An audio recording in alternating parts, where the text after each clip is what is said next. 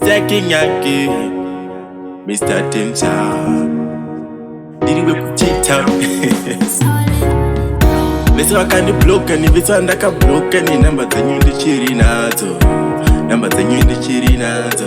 Mr. Tension. Ndakagadzira group rema exam.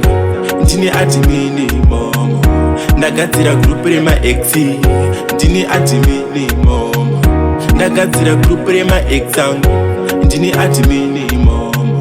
Ndakagadzira group rema ex. Ndine admin momo.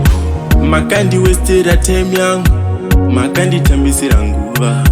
Makandi westera time yangu, makandi tambisira nguva. Makandi ngwadza ma ex yangu, makaita ndivhurike ma ex. Makandi ngwadza ma ex yangu, Mr. Tension inobandisesha. Ndakagadzira group rema ex yangu, ndine admin momo. Ndakagadzira group rema ex, ndine admin momo. Ndakagadzira group rema ex yangu, ndine admin momo. Ndakagadzira group rema ex, ndine admin momo. Vese vandakarwadzisa ndati sorry, asi vese vakandirwadzisa muri mboko. Kwedu tinoti gocha kunoda kwa baba, nekuti kwa mai kunodzima moto. Vese vakandibloka nevese vandakabloka, nenamba dzenyu ndichiri nadzo. Namba dzenyu ndichiri nadzo.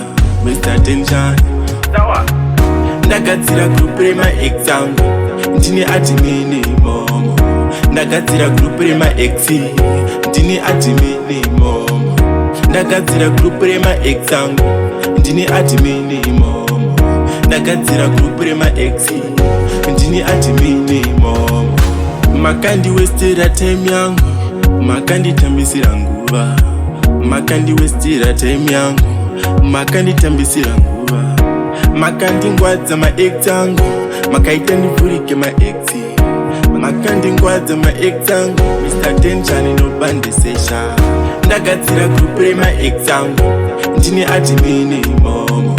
Ndakagadzira group rema ex, ndine admin momo. Ndakagadzira group rema ex yangu, ndine admin momo. Ndakagadzira group rema ex, ndine admin momo.